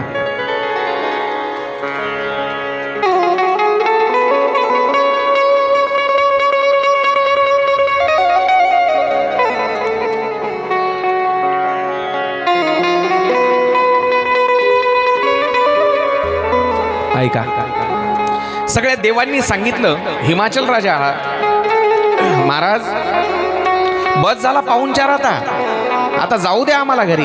आज आल्यात कथा रामकृष्ण बरं झालं. आम्हाला सृष्टीचा कारभार पाहायचा आहे, गेलं पाहिजे. सगळी वराडी मंडळी आता निघण्याची तयारी करू लागले.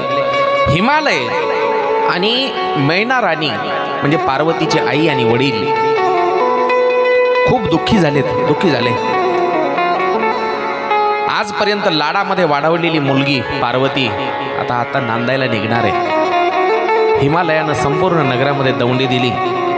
उद्या सकाळी माता पार्वती कैलासावर सासरी नांदायला जाणार आहे. हो, उद्या सकाळी जायचं. उद्या सकाळी जेव्हा सगळ्या नगरवासीय लोकांना ही बातमी कळाली तेव्हा सगळेजण दुःखी झाले. कारण आजपर्यंत सर्वांसोबत प्रेमानं वागणारी, प्रेमानं बोलणारी पार्वती उद्या आपल्या नवऱ्याच्या घरी जाणार, आपल्याला परकी होणार. ती परकी. सगळे लोक त्या रात्री नगरामध्ये कोणी जेवलं नाही, सगळेजण उपाशी आहेत. उपाशी दुःख आहे सगळ्यांना. पार्वतीच्या बालपणीच्या मैत्रिणी संध्याकाळी हिमाचल राजाच्या घरी जमा झाल्यात सगळ्या मैत्रिणी आणि बालपणीच्या आठवणी काढून त्या एकमेकीच्या गळ्यात पडून रडतायत. एक मैत्रीण पार्वतीला म्हणते, पार्वती कल तुम अपने ससुराल चली जाओगी. पार्वती हमें भूल तो नहीं जाओगी, भूलना मत हमें. पार्वती हमें मत भूल जा. त्यावेळेला पार्वती म्हणते, सखी ये तो संसार की रीत है, ही जगाची रीतच आहे. आपण सगळे इथं कायमच्या तर राहणार नाहीत ना माहेरामध्ये. प्रत्येकीला एक ना एक दिवस आपल्या आपल्या नवऱ्याच्या घरी जायचंच. आणि एक लक्षात घ्या, कोणी कुठेही जरी गेलं कोण्याही देशामध्ये नवऱ्याच्या घरी, तरी एक मैत्रीण दुसऱ्या मैत्रिणीला कधीच विसरत नाही. ऐका, उद्या सकाळी पार्वती नांदायला जाणार म्हणून सगळ्या मैत्रिणी पार्वतीच्या भोवताली रात्रभर बसलेत, एकमेकीच्या आठवणी काढून रडतायत, गळ्यात पडून अश्रुधारा लागल्यात त्यांच्या डोळ्याला. ऐका, एका स्त्रीच्या आयुष्यामधला हा सर्वात मोठा त्याग असतो. कोणता?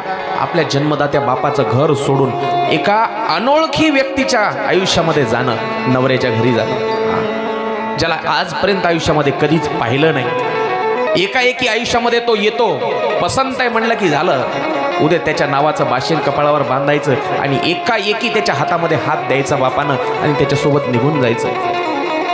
याच्या एवढा त्याग स्त्रीच्या जीवनामध्ये दुसरा कोणताच नाही. आपला संसार उभा करण्यासाठी सर्वस्वाचा त्याग करून ती नवऱ्याच्या घरी येते. सर्व गोष्टीचा, सर्वांगाचा त्याग करते, सर्वांचा. आणि त्यालाच स्त्री म्हटलंय. पहा कोण्या कोण्या गोष्टीचा त्याग करते. ऐका, ती दिली तिलांजली कुळ नाम रूपासी, दिली तिलांजली कुळ नाम रूपासी. सगळ्या गोष्टींचा त्याग करते ती. तिला आपलं घर सोडावं लागतं, मैत्रिणी सोडाव्या लागतात, तिला गाव सोडावं लागतं, नवे स्वतःच्या जन्मदात्या आई बापाचं नाव सुद्धा सोडावं लागतं. नाव सुद्धा, बापाचं नाव जातं, नवऱ्याचं नाव येतं. स्वतःच्या कुळाचं आडनाव जातं, नवऱ्याचं आडनाव. गावाचं नाव, तालुका बदलावा लागतो, जिल्हा सुद्धा बदलावा लागतो. एवढं सगळं तिला त्याग करायचं आहे. भाऊ बहीण सगळ्यांना सोडून ती निघते. किती मोठा त्याग आहे. म्हणूनच देवानं स्त्रीच्या हृदयामध्ये जे ममत्व दिलेलं आहे, जी माया दिलेली आहे, पुरुषांपेक्षा अधिक दिली. का दिली? कारण तिच्या आयुष्यामध्ये त्याग आहे, म्हणून त्याग आहे.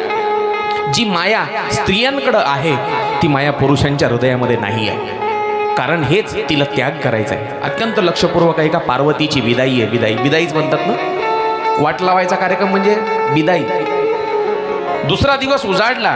हिमाचल राजाची बायको म्हणजे पार्वतीची आई मैनावती किंवा मैना राणी पार्वतीच्या जवळ आलेली आहे. आणि आई जवळ आल्याच्या नंतर पार्वती आईच्या गळ्यात पडलेली आहे. आईला मिठी मारली पार्वतीनं. त्या आईच्या आयुष्यातला देखील तो वेदनेचा आणि आनंदाचा प्रसंग असतो. कारण आजपर्यंत लाडानं वाढवलेली पोरगी नांदायला निघालेली आहे. मुलीची पाठवणी आहे लहानपणापासून. अत्यंत, काही जण सगळेच श्रीमंत असतात असं नाही, काही जणांची फार हलाखीची परिस्थिती असते. प्रत्येक तिचा हट्ट पुरवलेला, कधी मागेल तो ड्रेस घेऊन दिलेला, शाळेमध्ये घातलेलं, तिची कॉलेजची फीस भरलेली, सगळ्या आठवणी दाटून येतात. तळ हाताच्या फोडाप्रमाणे जपलेली ती मुलगी आज सोडून जाते. डोळे डबडबलेले, डोक्यावर हात ठेवला आईनं आणि पार्वतीला सांगितलं, बेटा पार्वती, हाँ माँ, कैलाश की बहू बनने जा रही हो, कैलाश की बेटी, आपने कुल के सम्मान के साथ जीना. राजा, तुझ्या वडिलांकडे असं बोट दाखवायची कोणाची हिम्मत सुद्धा होऊ नये असं जीवन जग, असं पवित्र जीवन जग. सुखानं संसार कर. बापाच्या बापाचं नाव मोठं कर. तुझ्या बापाकडे कोणाची बोट सुद्धा दाखवायची हिम्मत नसावी. एवढं पवित्र जीवन जग. त्यावेळेला पार्वती काय म्हणते ऐका, आई, तुला तुझ्या दुधावर विश्वास नाही का? तुला तुझ्या दुधावर विश्वास नाही आई? आई, एक विनंती आहे, ज्यांना ज्यांना मुली आहेत त्यांनी एकदा हात वर करा बरं. ज्यांच्या घरी मुली आहेत, म्हणजे जवळपास 50% लोकांच्या घरी मुली आहेत. आता बाकीच्यांकडे नाहीत समजा मुली, तुमच्या घरी मुली नाहीत. ऐका, एक व्यासपीठावरून पदर पसरून भीक मागतो तुमच्याकडं. एखाद्या गरीबाच्या पोरीला लग्नासाठी मदत करा.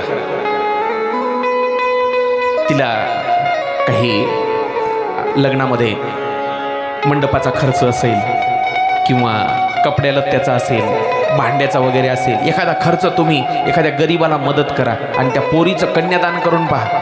त्याच्यामध्ये काय आनंद आहे ना त्या कन्यादानामध्ये, ते तुम्हाला अनुभवायला मिळेल. हे करा. आणि दरवर्षी असं कथेमध्ये एखादं लग्न लावत चला गरीबाचं, दरवर्षी. याच्यासारखं महत्पुण्य दुसरं नाही बरं का. ऐका, खूप लोक असे आहेत की त्यांना पोरीचं लग्न करायला सुद्धा त्यांच्याकडे आज पैसे नाहीत, पैसे नाही. आणि प्रत्येकाला वाटतं, प्रत्येक बापाला वाटतं आपल्या पोरीची हौस झाली पाहिजे, प्रत्येक बापाला वाटतं. म्हणून एखाद्या गरीब कुटुंबातल्या पोरीचं लग्न आपल्या कथेमध्ये लावत जा. चला, प्रत्येक मायबापालाच वाटतं ना माझ्या पोरीची हौस झाली पाहिजे, लग्न थाटात झालं पाहिजे. चला, पार्वती म्हणते आई तुला तुझ्या दुधावर विश्वास नाही का ग? किती बी छोटी पोरगी असू द्या, किती बी. बापाला म्हणलं रे तिनं, बाबा पप्पा आज माझा वाढदिवस आहे, आज कामावर जायचं नाही. पप्पा म्हणते बेटा ठीक आहे, काय हरकत नाही, आज कॅन्सल, कामावर जायचं, वाढदिवस आहे तुझा, आज मार्केटमध्ये जाऊ, केक आणू, कपडे आणू नवीन, कॅन्सल, कामावर जायचं कॅन्सल. कितीही करोडपतीच्या घरी पोरगी द्या तुम्ही, पण त्या पोरीच्या मनामध्ये माहेराविषयी माया असते. किती करोडपतीच्या, श्रीमंती आहे तिच्या घरामध्ये राहायला, AC मध्ये राहते पोरगी, पण माहेरातून जेव्हा आमंत्रण येतं एखाद्या लग्न कार्याचं, त्यावेळेला नवऱ्याला सांगते मी जाणार. नवरा म्हणते अगं 8 दिवसाच्या नंतर लग्न आहे, आजच कशाला जाते, किती गरमी आहे तिथं, तेवढ्या गरमीमध्ये सहन होईल का तुला? इथं AC मध्ये राहायचं सोडून तिथं गरमीमध्ये राहायचं.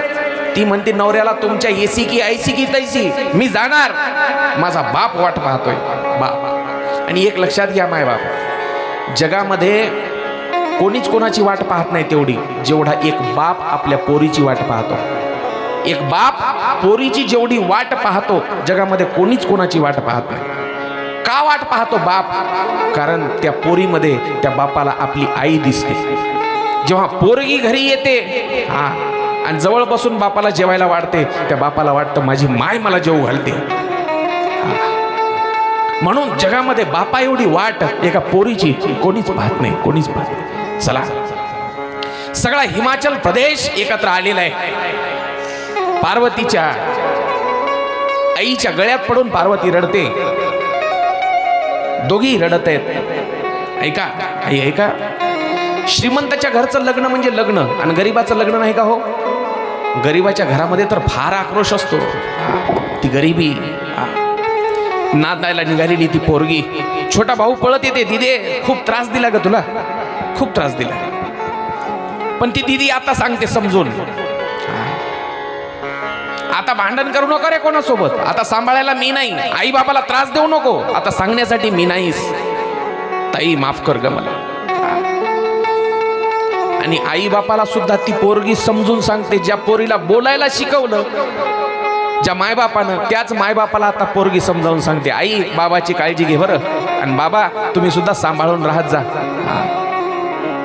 पहा ना, एक गोड गोड भक्तिगीत आहे. बोलात बोबडीच्या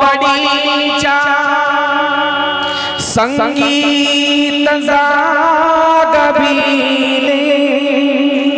लयताल सूर लेणे सहजी चले वविले, वळवून अक्षरांना केले तुला शहाणे, जा आपुल्या घरी तू, जा आपुल्या घरी तू, जा लाडके सुखाने दाटून कंठ येतो, दाटून कंठ येतो, जा लाडके सुखाने, जा आपुल्या घरी तू, जा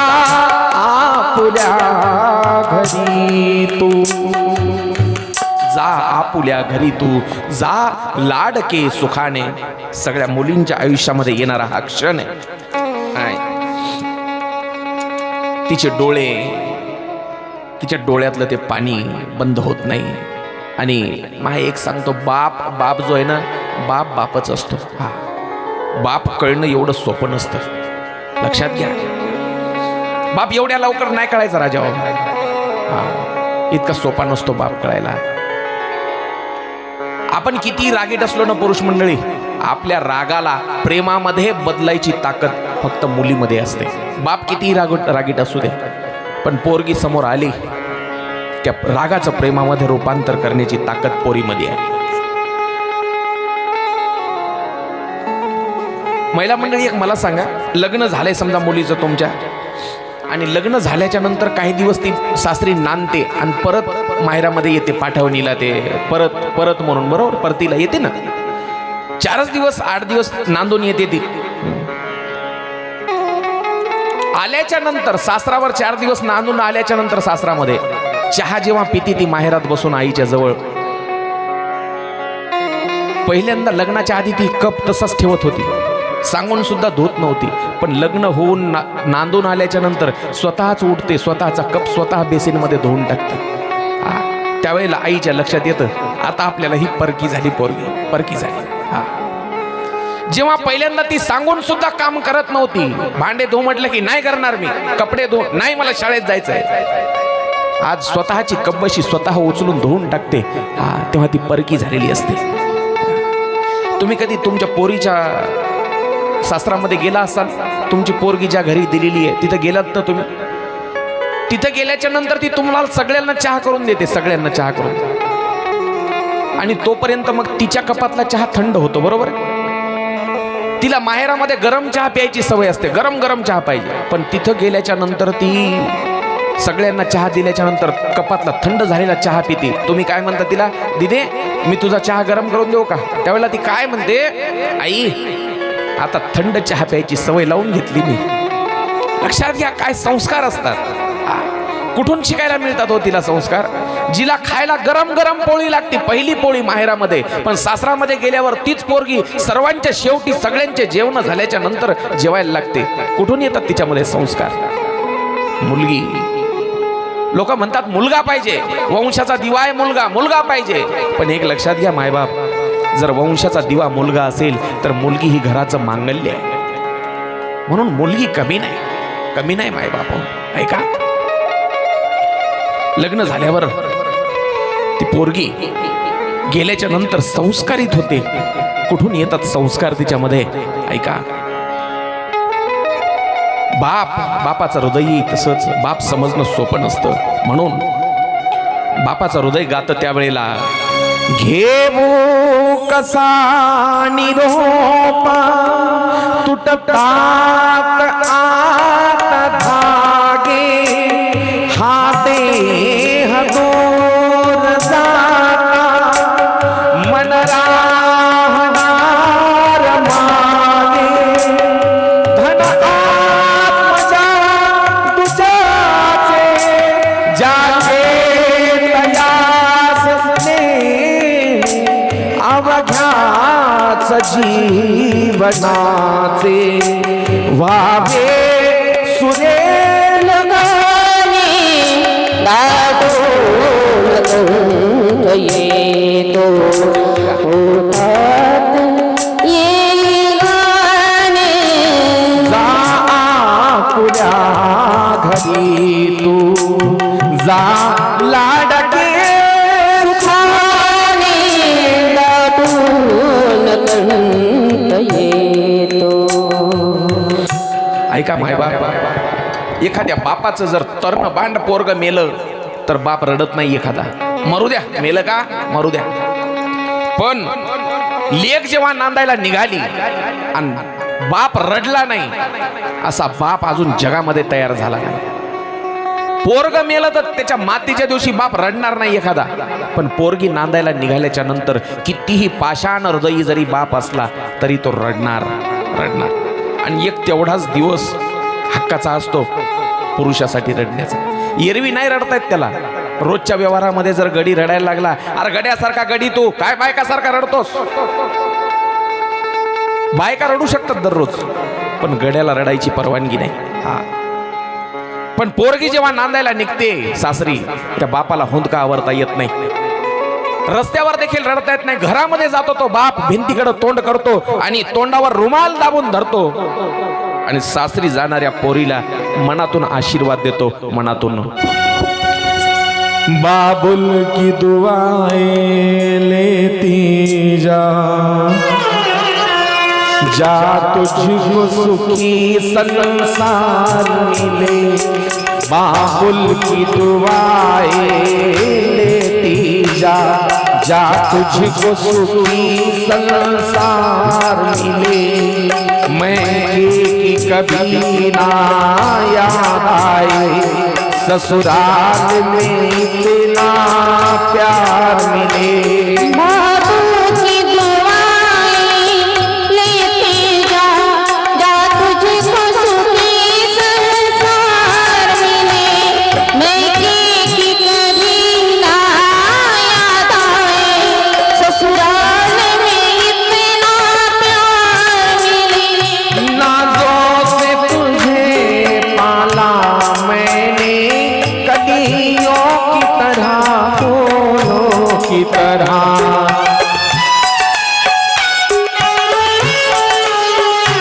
बचपन में झुलाया है मैंने, बाहों ने मेरी झोलों की तरह। मेरे बाग की ऐ नाजुक डाली, तुझे हर पल नई बहार मिले, मैं की कभी ना याद आए, ससुराल में इतना प्यार मिले। बाबू की दुआएं लेती जा, जा तुझको सुखी संसार मिले, मैं की कभी ना याद आए, ससुराल में इतना प्यार मिले। बाबुल की दुआएं लेती जा, जा तुझको सुखी संसार मिले, मैं की कभी ना याद आए, ससुराल में इतना प्यार मिले। बेटी, तुझ्या सासरामध्ये खूप तुला प्रेम मिळावं, मान सन्मान मिळावा। बापाचं हृदय गाते। पार्वतीची बिदाई चालू आहे, पार्वती नांदायला निघालेली आहे। पार्वतीच्या आईनं पार्वतीला उपदेश केला। उपदेश ऐका, कितीही तुम्ही हुशार असा, कितीही, पण वडीलधाऱ्या मंडळीच्या उपदेशाशिवाय जीवनाला परिपूर्णता नाही, गुरु असावा लागतो। ऐका, पार्वतीच्या आईनं उपदेश केला पार्वतीला, पण हा उपदेश फक्त एकट्या पार्वतीसाठी नाही, आजच्या काळातल्या प्रत्येक आईनं आपल्या प्रत्येक मुलीला काय उपदेश करावा ते यातून शिकायचंय, फक्त एकट्या पार्वतीसाठी नाहीये। या कथेतून आपल्याला शिकायचंय आजच्या मुलीला काय शिकवलं पाहिजे। ऐका, करहु सदा शंकर पद पूजा, नारी धर्म पति देवन दूजा। करहु सदा शंकर पद पूजा, नारी धर्म पति देवन दूजा। करहु सदा शंकर पद पूजा, नारी धर्म पती देवन दूजा। बाळा, आपल्या नवऱ्याच्या पायाची पूजा रोज करत जा। काय सांगते पार्वतीची आई पार्वतीला? आपल्या नवऱ्याच्या पायाची पूजा करत जा दररोज। म्हणजे त्याच्यापेक्षा, म्हणजे नवऱ्यापेक्षा मोठा देव जगामध्ये दुसरा कोणीच नाही। काय म्हणलो मी महिला मंडळी, कळालं? नवऱ्यापेक्षा बायकोसाठी दुसरा मोठा देव जगामध्ये कोणी नाही। करा ना पूजा, काय करायचं आपल्याला, काय होतं, काही कमीपणा नाही त्याच्यामध्ये। पार्वतीनं ते आपल्या डोक्यात ठेवलं आहे का? पार्वतीनं आता पार्वती नांदायला निघालेली आहे। बाबुल का घर छोड़ के बेटी परदेश चली, अंगना में पली बडी बेटी परदेश चली। चला, एकीकडं विदाईचं दुःख असतं, नवरीच्या बाजूचे सगळे दुःखामध्ये असतात, सगळेजण रडतात, बरोबर आहे, नवरीच्याकडचे। आणि जे नवरदेवाकडे असतात ते तर गाडी सजवून तयार असतात, फुलांची सजवलेली गाडी, पाठीमागे लिहिलेलं असते दिलवाले दुल्हनिया ले जाएंगे, बरोबर आहे का नाही? एकीकडं दुःख आहे, हे समाज आहे, एकीकडं आनंद दिसतं, एकीकडं दुःख दिसतं। आपण काय करायचं, आपला या गोष्टीशी काहीच संबंध नाही असं समजायचं आणि एखाद्या अशा प्रसंगाला लांब उभं राहायचं आणि असं पाहायचं। काही जण एक खुश असतात, किती आनंदात असतात, आणि काही जण फार दुःखामध्ये असतात, आणि आपण तटस्थ राहायचं ना, आपण फक्त पाहायचं समाजामध्ये काय चाललंय, बघ्याची भूमिका घ्यायची, बघ्याची। आणि प्रत्येक प्रसंगातून हे शिका तुम्ही, मनाला लावून घेऊ नका. 4 दिवसाचे पाहुणे आहेत आपण इथं पृथ्वीवर, 4 दिवसाचे पाहुणे. ऐका, चला भगवान भोलेनाथाकडची जी वऱ्हाडी मंडळी होती एकदम आनंदात बँड बाजा लावून तयार. भगवान भोलेनाथ नंदीवर बसले, पार्वती आईला सोबत बसवलं आणि आता कैलासाकडे निघाले. कसे निघाले? लेके गौराजी को साथ, गौराजी म्हणजे पार्वती. लेके गौराजी को साथ, भोले भाले भोलेनाथ, लेके गौराजी को साथ, भोले भाले भोलेनाथ, हिमगी नगरी से आए हैं शिव शंकर.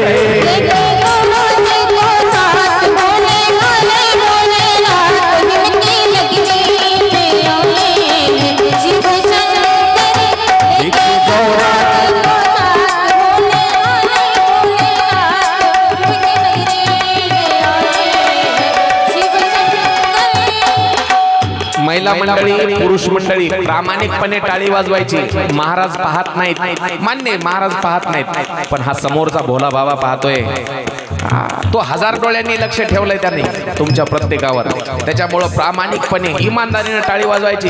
छातीत चमकल बरं घरी गेल्यावर, मी जबाबदार नाही. लेके गौराजी को साथ, भोले भाले भोलेनाथ, हिमगी नगरी से आए हैं शिव शंकर.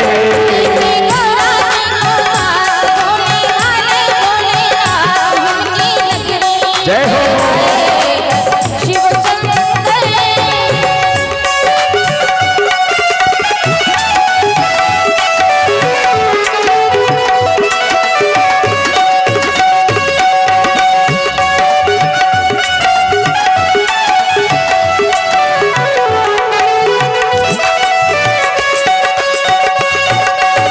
नंदी पे सवार होके डमरू बजाते, चले आ रहे हैं भोले हरि गुण गाते.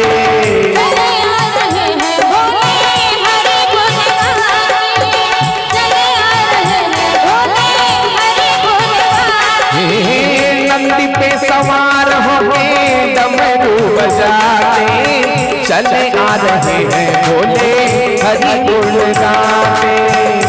डाले नर मुंडों की माला, तन पे ओढ़े हुए बिछाला, हिमगी नगरी से आए हैं शिव शंकर. ताली ताली.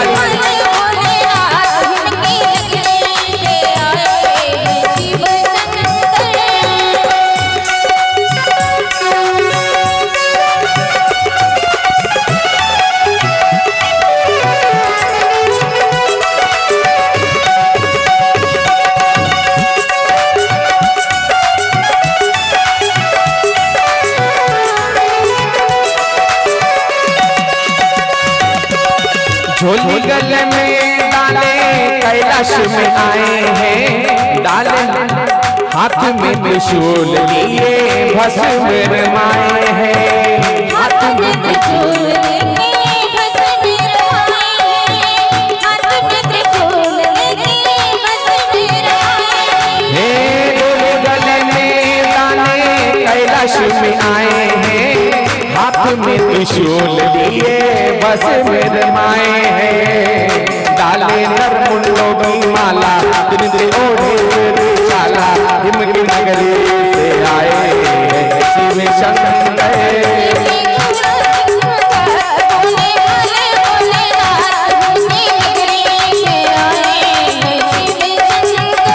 ले गौराजी को साथ, भोले भाले भोलेनाथ, हिमगी नगरी से आए हैं शिव शंकर. हिमगी नगरी से आए हैं शिव शंकर.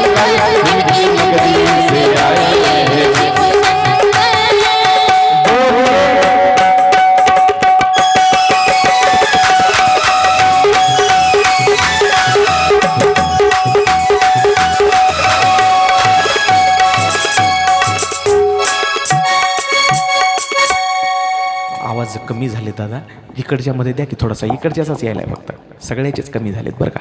ऐका, बोलिए उमापति महादेव की, नमः पार्वती पते शिव हर हर हर हर हर हर महादेव. भगवान भोलेनाथ हिमाचल राज्याच्या नगरातून आता कैलासावर आले, पण एकटे आले काय, कसे आले, पार्वतीला दोनाचे चार होऊन आले. लेके गौरा जी को साथ, भोले भाले भोलेनाथ, हिम की नगरी से आए हैं शिव शंकर. अशा पद्धतीनं आता हिमाचल राजाच्या नगरातून कैलासावर येऊन सगळं वऱ्हाड पोहोचलं. हा, सगळे वऱ्हाडी आपल्या आपल्या घरी निघून गेले. आणि आता दोघच आहेत घरी, दोघच. कोण कोण, लग्न, हा भगवान भोलेनाथ आणि आई पार्वती साहेब, पार्वती आई साहेब. लग्न नवीन नवीन झालं ना. 4 दिवस बायको नवऱ्यासाठी चंद्रमुखी असते. कोण असते, कोण असते, चंद्रमुखी.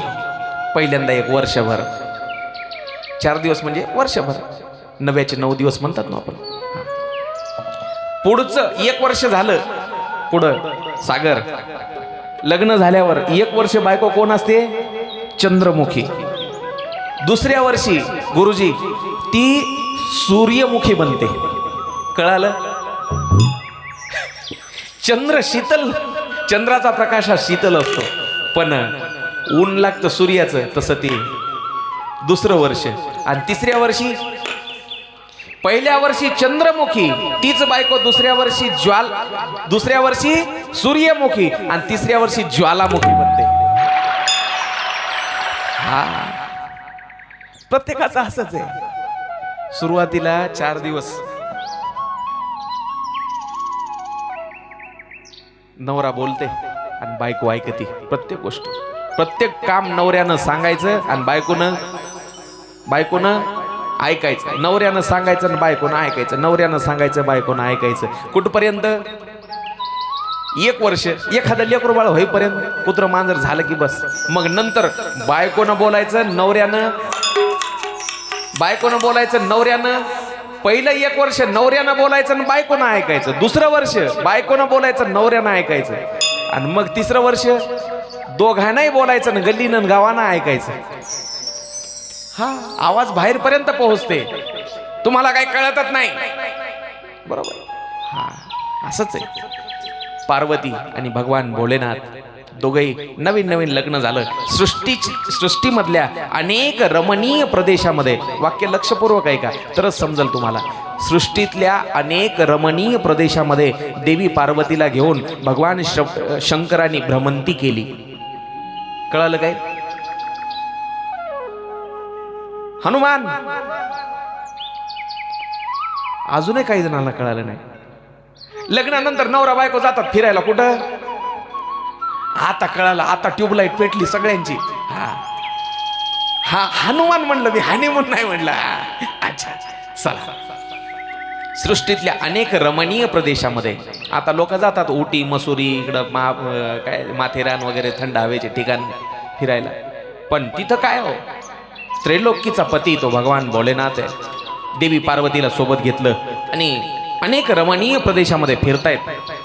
पण प्रश्न पडला बाकीच्या देवी देवतांना, 33 कोटी देवी देवता, त्यांनी विचार केला, हे जर असेच फिरत राहिले, यांना मूलबाळ कधी होणार, यांना मुलगा जर लवकर नाही झाला तर त्या तारकासूर राक्षसाचा अन्याय आपण कुठपर्यंत सहन करायचा, कुठपर्यंत. त्याला कोण मारायचं मग त्या तारकासुराला.